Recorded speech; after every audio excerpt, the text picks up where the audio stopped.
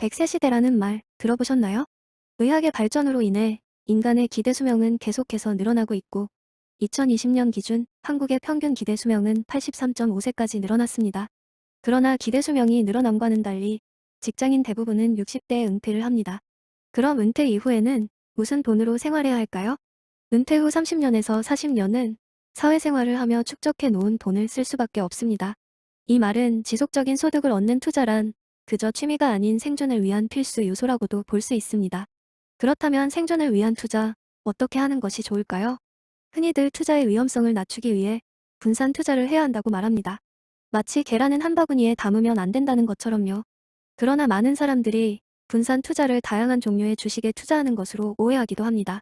물론 이것도 위험성을 낮출 수 있는 방법 중 한 가지이지만 주식시장 자체가 폭락할 경우 동반 하락을 보이기에 완벽한 방법은 아닙니다. 그렇다면 어떤 식으로 분산 투자를 해야 할까요? 자산 배분의 원칙으로는 크게 세 가지가 있습니다. 첫 번째, 장기적으로 우상향하는 자산군을 보유할 것. 여기서 말하는 우상향하는 자산군이란 크게 부동산, 주식, 채권, 현금, 원자재, 금으로 나뉩니다.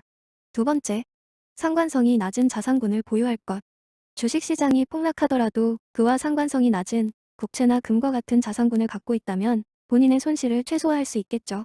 세 번째, 자산군의 변동성을 비슷하게 유지할 것. 변동성이 큰 주식의 보유 비중을 줄이고 변동성이 낮은 채권의 비중을 늘리는 식으로 두 자산군의 변동성을 비슷하게 유지할 수 있습니다.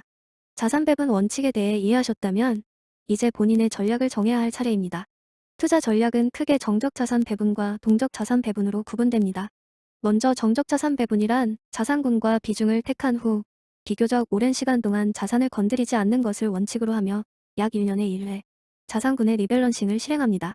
투자를 하고 싶지만 투자를 위해 많은 시간을 들이기 어려운 직장인들에게 적합한 방식이라고 볼 수 있습니다.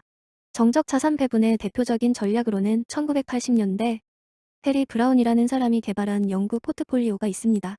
이 방법은 자산을 4등분하여 투자를 하고 1년 후 비중만 다시 조정하는 것이죠. 연구 포트폴리오의 자산군으로는 주식, 채권, 금, 그리고 현금이 있습니다. 이렇게 네 가지 자산군의 비중을 각 25%로 맞추고 1년마다 비중만 조정하는 것이죠.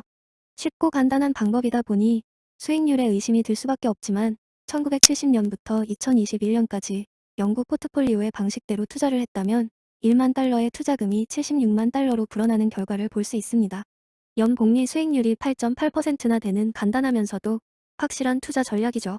하지만 이 투자 전략의 성과는 우상향하는 자산군 보유와 상관성이 낮은 자산군을 보유한다는 원칙을 완벽하게 실행한 결과입니다.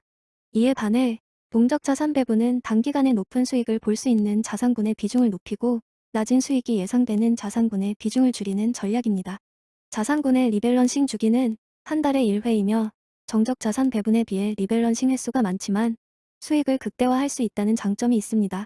하지만 동적 자산 배분은 정적 자산 배분과는 달리 대형주, 소형주, 회사채, 장기채 등 더 다양한 자산군에 투자하며 각각의 수익률을 파악 후 리밸런싱을 해야 하기 때문에 정말로 투자에 관심이 있는 사람이 아니라면 쉽지 않은 전략입니다.